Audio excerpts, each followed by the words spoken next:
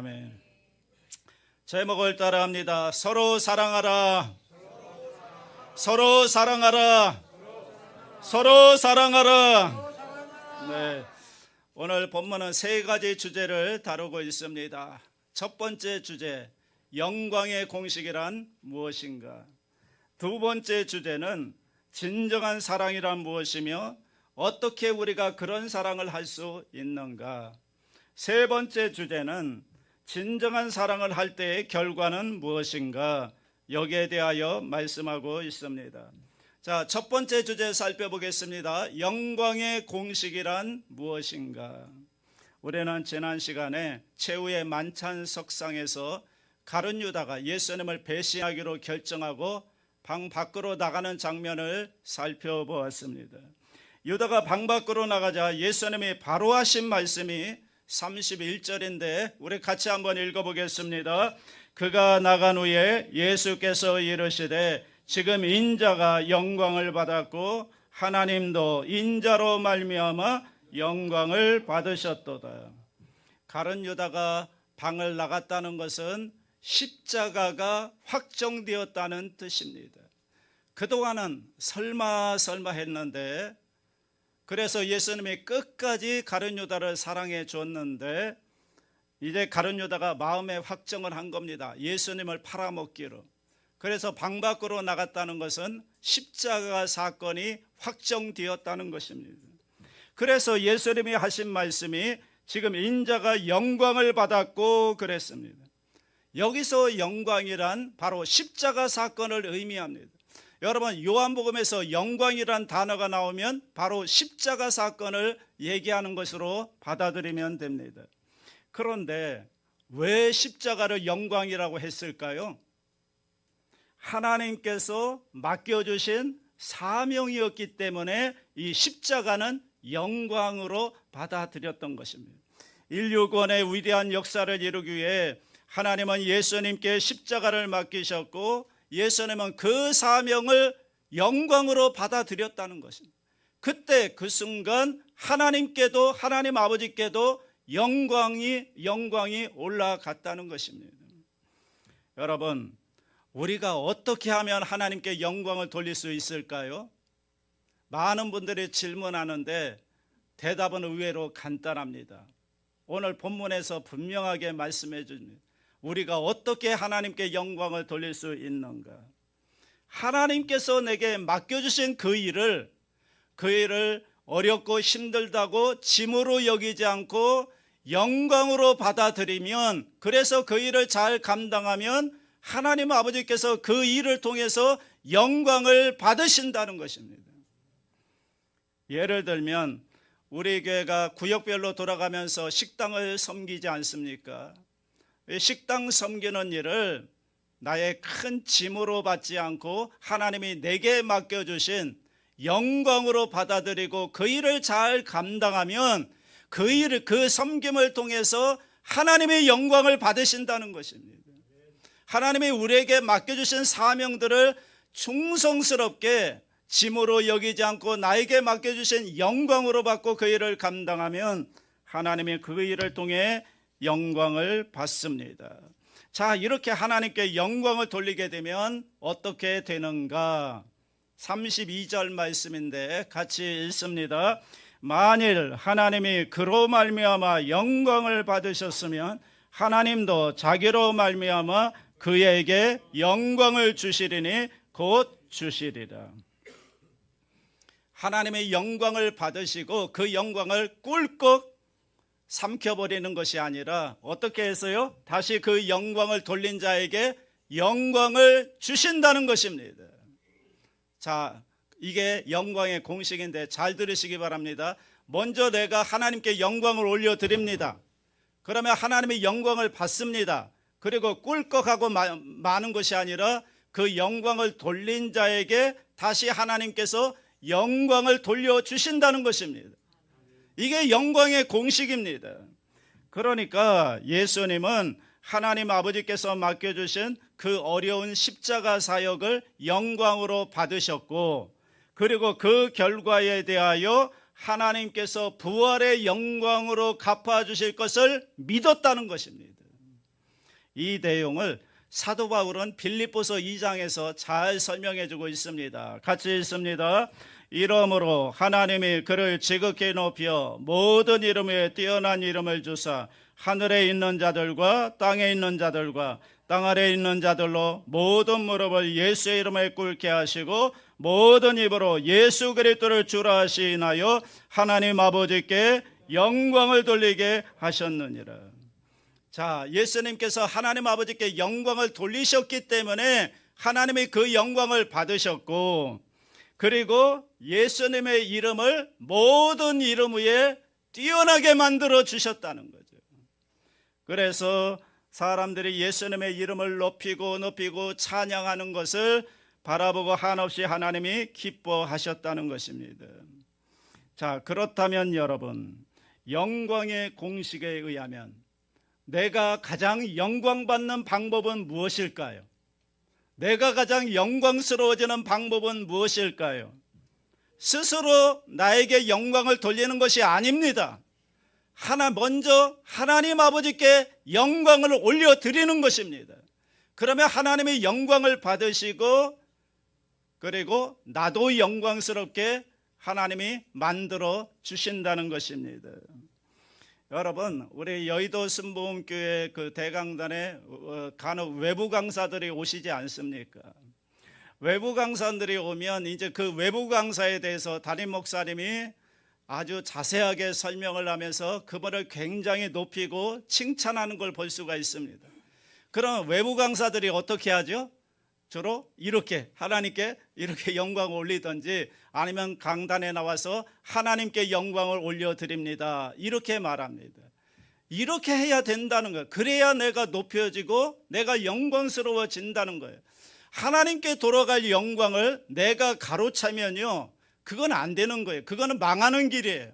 그래서 항상 여러분, 내가 영광을 먼저 취하려고 하지 마시고 누군가가 나를 칭찬하면 먼저는 하나님께 무조건 영광을 올려드리십시오. 그러면 하나님의 영광을 받으시고 영광 올린 자를 영광스럽게 만들어주시는 것이 영광의 공식인 것입니다. 여러분, 내가 까치발을 들고 스스로 높아진다고 생각하십시오. 까치발을 들고 얼마나 높아질 수 있을까요? 한 20cm 높아질까요? 그리고 1시간도 못 버틸 거리요? 힘들어서 다시 내려오게 됩니다. 그러나 하나님이 나를 높여주시면요, 훨씬 더 높아질 수가 있는 것입니다. 그러므로 자기에게 영광을 돌리지 말고 먼저 하나님께 영광을 올려드리시기 바랍니다. 그것이 내가 영광을 받는, 높임을 받는 가장 좋은 방법이라는 것입니다. 구약 성경에 보면 이 사울왕이 있잖아요. 사울왕은 자기에게 영광 돌리기를 너무너무 좋아했습니다. 왜냐하면 그가 하나님을 떠났기 때문에 그의 마음이 어두워졌고 그의 마음이 텅 비었기 때문에 무언가 취하여서 자기가 영광으로 채우려고 했습니다. 자기에게 영광을 돌리기 원했습니다. 그래서 하나님께 돌아갈 영광을 사울왕, 자기가 영광을 가로챘습니다. 그 결과 어떻게 됐습니까? 사울왕은 망하고 말았던 것입니다. 하나님께 버림받고 말았던 것입니다. 그런데 반면에 다윗왕은 자기에게 영광을 돌리지 않고 모든 영광을 하나님께 올려드렸습니다. 그 결과 하나님은 영광을 받으시고 다윗을 참으로 영광스럽게 만들어 주셨습니다. 그리하여 다윗은 이스라엘 역사에서 가장 영광스러운 왕, 가장 높임을 받고 존경을 받는 왕이 되었던 것입니다. 여러분, 이것이 다윗이 누릴 영광이었던 것입니다. 그러므로 우리가 참으로 영광스러워지기 위해서는 하나님께 부지런히 영광을 돌려야 할 줄로 믿습니다. 그래서 하나님의 영광을 받으시고 내게 내려주시는 그 두 번째 영광이 우리가 받아 누려야 될 영광이라는 것을 여러분 절대로 잊지 않게 되기를 바랍니다. 만약에 여러분이 아랫사람이라면 누구에게 영광을 돌려야 하겠습니까? 내가 아랫사람이에요. 그러면 누구에게 영광을 돌려요? 윗사람에게 영광을 돌려야 합니다. 그럼 나는 뭐야? 나는 비참해지는 거 아닙니까? 아닙니다. 내가 윗사람에게 영광을 돌리면요, 영광을 받으신 그분이 나를 다시 영광스럽게 만들어주는 것이, 그것이 바로 내가 누려야 할 영광이라는 것을 여러분 꼭 기억할 수 있게 되기를 바랍니다. 자, 두 번째 주제, 진정한 사랑이란 무엇이며 그런 사랑을 어떻게 할 수 있는가. 이제 죽음을 앞둔 예수님께서는 마지막으로 제자들에게 유언의 말씀을 하는 겁니다. 이제 내일이면 십자가에 못 박혀 죽습니다. 이제 마지막으로 제자들에게 해주신 말씀, 유언의 말씀, 아주 중요한 말씀이죠. 34절인데 같이 읽습니다. 새 계명을 너희에게 주노니 서로 사랑하라. 내가 너희를 사랑한 것 같이 너희도 서로 사랑하라. 새 계명을 너희에게 준다. 내가 너희를 사랑한 것 같이 너희도 서로 사랑하라. 이게 바로 예수님의 마지막 유언의 말씀입니다. 아마 부모님들도 돌아가시면서 마지막 유언을 한다면 그 내용은 사랑의 내용이 아닐까 생각합니다. 하나님, 먼저는 하나님 사랑하고 또 형제간에 우애하고 사랑하고, 그리고 너에게 맡겨준 일을 사랑하면서 최선을 다하여 열심히 살아라. 그런 말씀을 하고 돌아가시지 않을까요? 우리 부모님들이. 마찬가지입니다. 예수님은 사랑하라고 말씀하시면서 뭐라고 말했는가? 새 계명을 너희에게 준다고 말씀했습니다. 그런데 새 계명이라는 말을 딱 듣자마자 우리에게 어떤 질문이 떠오릅니까? 그러면 옛 계명이라는 게 있는 것일까? 이런 생각이 들 겁니다. 여러분, 옛 계명이 있을까요? 없을까요? 자, 대답을 좀 크게 해보세요. 틀려도 괜찮으니까. 옛 계명, 예수님의 새 계명이라고 했는데, 그러면 옛 계명이 있는 거예요, 없는 거예요? 있습니다. 자, 옛 계명의 대표가 뭘까요? 십계명입니다. 십계명 내용 아시죠? 1계명부터 4계명까지는 뭐예요? 하나님 사랑. 5계명부터 10계명까지는 뭐예요? 이웃에 대한 사랑. 그래서 합하면 뭡니까? 사랑입니다. 사랑. 자, 옛 계명의 내용도 그러니까 사랑이에요. 새 계명도 서로 사랑하라, 사랑인데 옛 계명의 내용도 합하면 사랑인 거예요. 아, 그럼 뭐야? 새 계명과 옛 계명의 주제가 똑같네? 네, 맞습니다. 똑같습니다. 사랑입니다. 자, 그런데 왜 예수님은 새 계명이라고 구태여 이름을 붙였을까요? 옛 계명과 새 계명의 그 내용이 사랑으로 똑같은 내용이라면 왜 예수님은 새 계명이라고 이름을 붙였을까요? 네, 새 계명의 조건이 나옵니다. 새 계명의 조건이 뭡니까? 본문을 잘 보시면 내가 너희를 사랑한 것 같이. 그러니까 새 계명의 전제 조건은 뭐예요? 예수님이라는 거예요. 예수님을 기초로 하고 있고 예수님을 모델로 하고 있고 예수님의 닮은 사랑이 새 계명이라는 것입니다. 더 쉽게 말씀드리겠습니다. 예수 그리스도의 십자가 사랑을 받은 사람이 그 사랑에 감격해서 자원해서 하는 사랑, 그게 바로 새 계명이라는 것입니다. 예수님의 십자가 사랑을 받은 사람이 그 사랑에 너무 감격해가지고 기뻐함으로 감사함으로 자원함으로 하는 사랑, 그게 바로 예수님이 말하는 새 계명입니다. 우리가 옛 계명과 새 계명의 특징을 구분하면 다음과 같습니다. 첫째로 사랑의 출발점이 다릅니다. 옛 계명에서는 사랑의 출발점은 바로 나입니다. 내가 너를 사랑하는 거예요. 사랑의 시작이 나입니다. 그게 옛 계명입니다. 그러나 새 계명은 사랑의 출발점이 내가 아닙니다. 예수님이 사랑의 출발점입니다.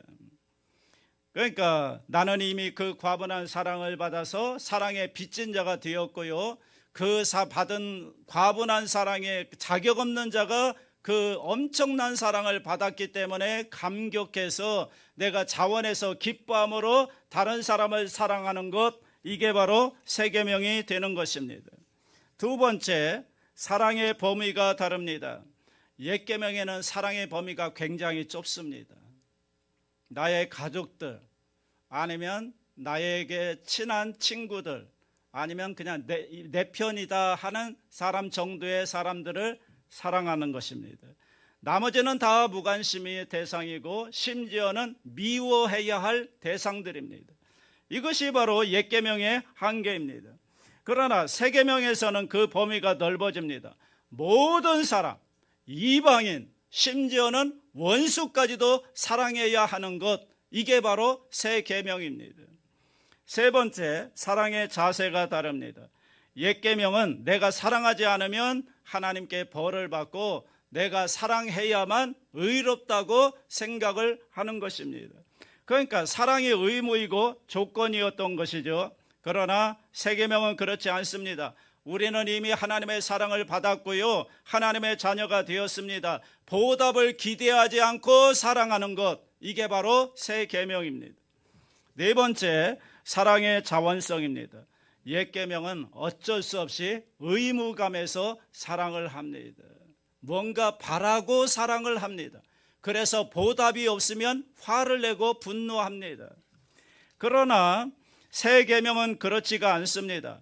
빚진 마음으로 사랑하고 얼마든지 사랑하면서도 보답을 바라지 않고 내가 주는 사랑이 오히려 적어서 미안하다고 생각하는 것, 이것이 바로 새 계명에서 말하는 사랑인 것입니다.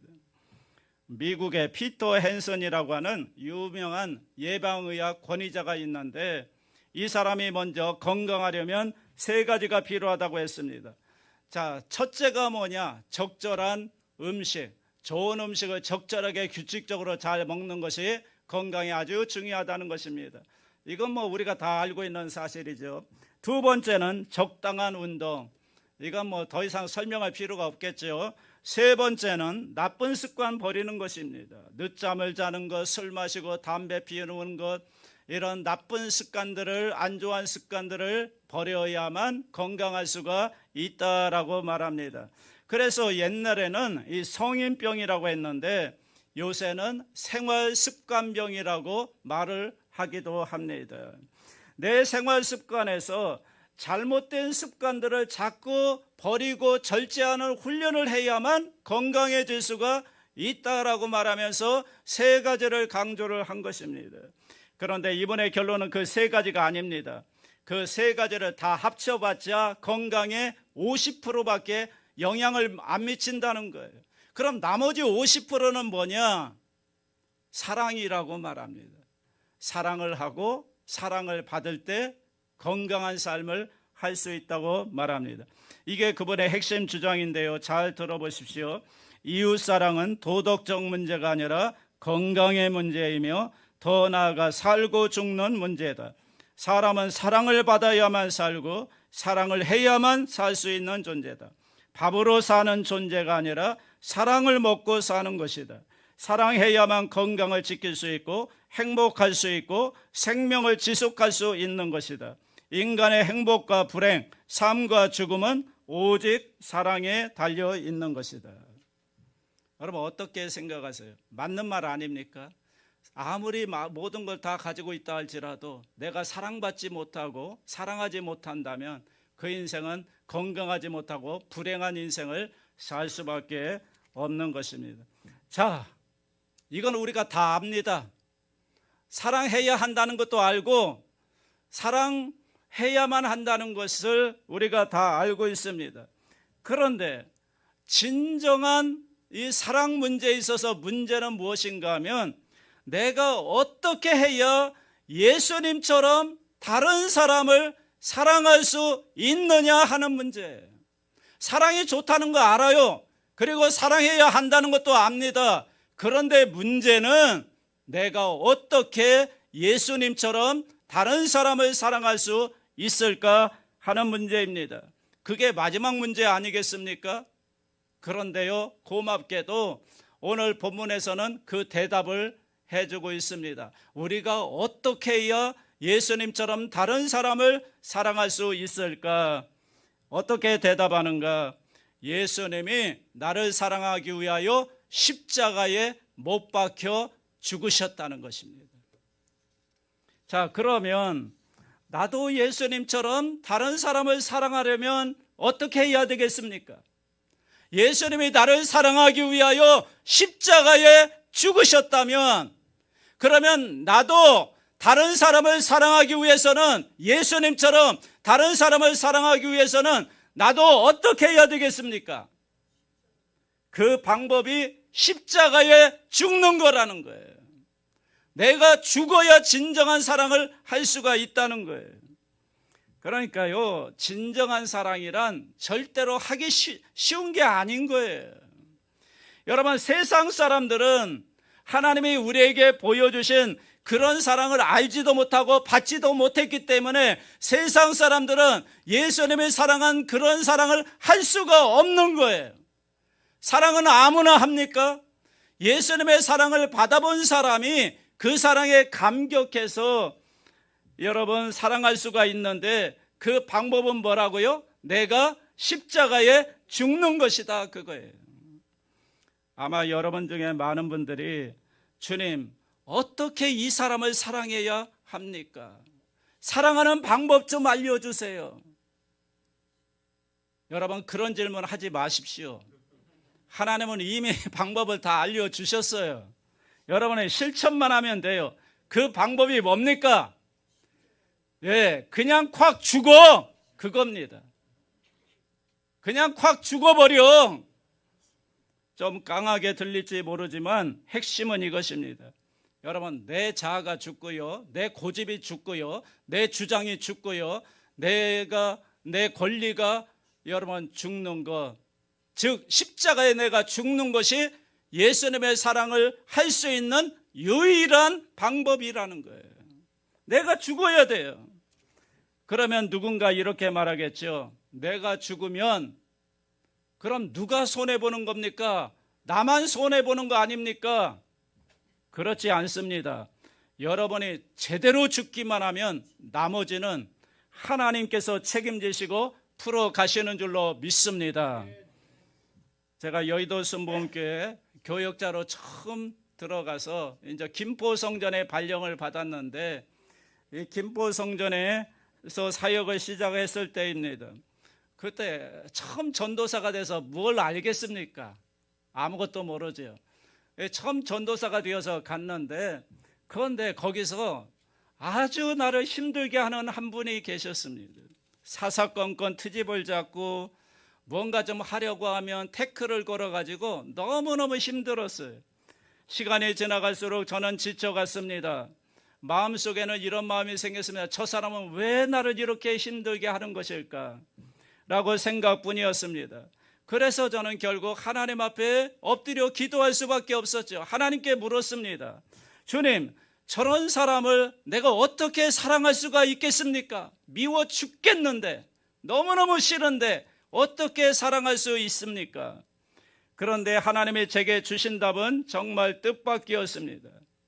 네가 확 죽어라, 그런 말씀이었습니다. 여러분, 이해가 되지 않았습니다. 왜 내가 죽어야 됩니까? 나만 손해 아닙니까? 아니, 잘못은 저 사람이 한 것 같은데 왜 내가 죽어야 합니까? 이해할 수 없었지만 일단 하나님이 주신 마음의 음성에 순종해 보기로 했습니다. 그날 이후로 저는 내 고집을 내려놓고 내 판단을 내려놓고 그리고 내 자존심을 하나씩 십자가 앞에 내려놓기 시작했습니다. 그런데 얼마 지나지 않아서 놀라운 일이 일어났습니다. 그 사람이 변한 것이 아니라 내가 변화되기 시작하니까 여러분, 그 관계가 회복되는 것을 경험하게 되었습니다. 내가 죽으니까요, 하나님이 일하시기 시작하더라고요. 그래서 관계가 회복되어서 거기에서 남은 사역들을 아주 잘 감당했던 기억이 있습니다. 여러분, 사랑은요, 내가 죽는 자리에서 시작되는 것이고 내가 죽어야만 하나님이 풀어가신다는 것을 여러분 꼭 기억할 수 있게 되기를 바랍니다.